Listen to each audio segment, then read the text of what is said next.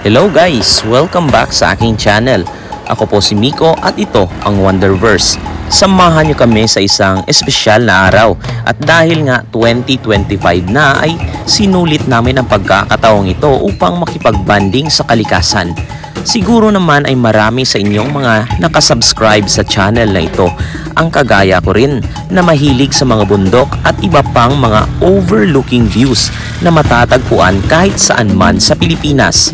Ngayong araw ay gagala na naman tayo pero dahil alam kong karamihan sa inyo ay nasa bahay lang at nagpapahinga dahil bagong taon, kami na muna ang bahalang mag-ikot sa inyo sa pamamagitan ng virtual tour na ito. At ayun na nga, sa video na ito, magro-road trip tayo papunta sa isang malamig na paliguan na matatagpuan sa Igkabugao, Igbaras. At ayon sa aming kasama, ito raw ay tinatawag na Linaw Isoy. Kung ano man ang ibig sabihin ng mga salitang ito ay hindi ko rin alam dahil nakalimutan kong itanong. Pero bago tayo makarating doon ay bubusugin muna tayo ng mga nakakaaliw at nakakamanghang tanawin na makikita along the way. For those na nakatira sa Panay Island at gustong ma-experience ang Bukidnon vibes, well, you don't have to travel to Bukidnon just to experience the fun and excitement. Dahil dito sa Tubungan, Iloilo hanggang sa boundary ng San Remigio Antique ay masisilayan nyo ang buong ganda at hubog ng mga bundok at burol na tiyakong maihahalin tulad nyo sa ganda ng Bukidnon.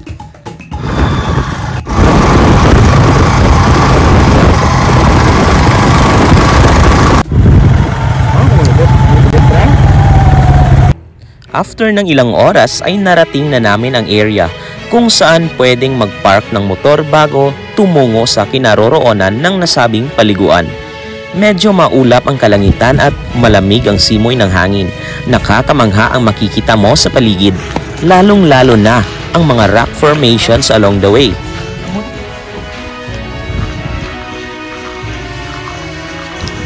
Ang ganda ng rock formation na ito, guys. Yan. Stig.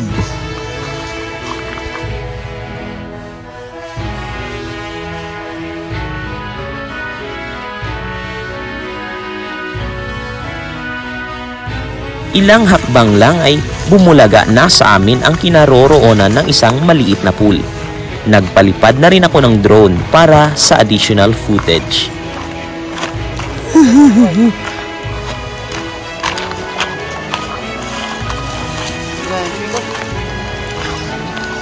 Oh, green na. May mga clear tubig.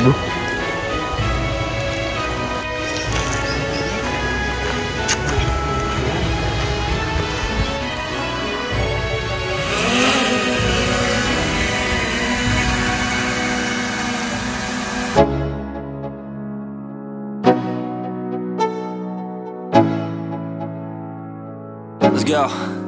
Yeah. I'm like an addict, do I gotta have it. I ain't even playing, got a really bad habit. If it moves, gotta grab it, fuse like a magnet. Lose, won't have it till I'm doomed in a casket. I ain't playing, got a weird mind. If you work 8 hours, I'ma work 9. If the shit tastes sour, you should taste mine. I'ma stay in power for a long time. Get up, nah, I ain't a quitter. Toss me the ball, I'm a really big hitter. Big picture, I'm a straight killer. Rising the song to the highest bidder. Got juice, got gas, I'ma move fast. New shoes, new tracks, like who's that? I'm new, come back, better than last. Yeah, it's a new me, never gonna look back. Clear ang tubig kaso may mga lumot.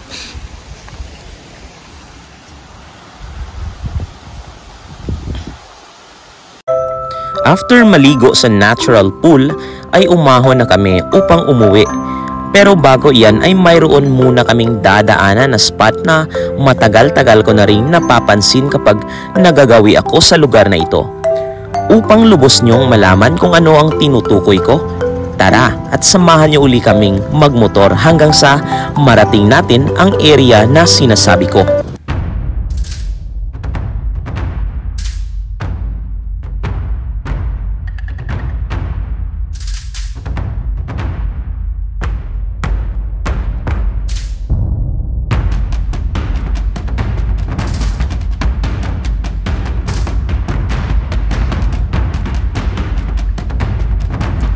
At ito na nga iyon. Mula sa kalsada ay nagpalipad ako ng drone upang masilayan ng malapitan ang bahaging ito. Ayon sa aking napagtanungan, ito ay nabuo o nagkaroon siya ng ganitong anyo dahil sa nangyaring landslide noong August 2009. Ito ay bahagi ng Mount Pulang Lupa campsite at tanaw na tanaw mula sa kalsada ng Ituble. Sa malayo, para itong malaking pader na nakatayo sa bundok. Ang ilang bahagi nito na nalaglag sa ibaba, sanhi ng landslide, ay sumira sa pangkabuhayan ng mga lokal na nakatira. Wala namang nasawi sa nasabing pagguho, ngunit hindi naman nakaligtas ang ilang mga hayop at mga pananim. Sa bandang ibaba naman, matatagpuan ang tumpok ng mga malalaking bato na nalaglag mula sa bahagi ng bundok. Ito ay tinatawag na bato ritak na nanggaling sa salitang kinaraya na naritak o ang ibig sabihin ay natanggal o humiwalay. Kung sa nakaraan, ito ay bahagi ng isang trahedyang dulot ng kalikasan. Ngayon, itinuturing na itong isang mapang-akit na tanawin na gustong puntahan ng mga taong mahihilig sa adventure. At dyan nagtatapos ang ating kwento. Ako po si Miko at ito ang Wonderverse.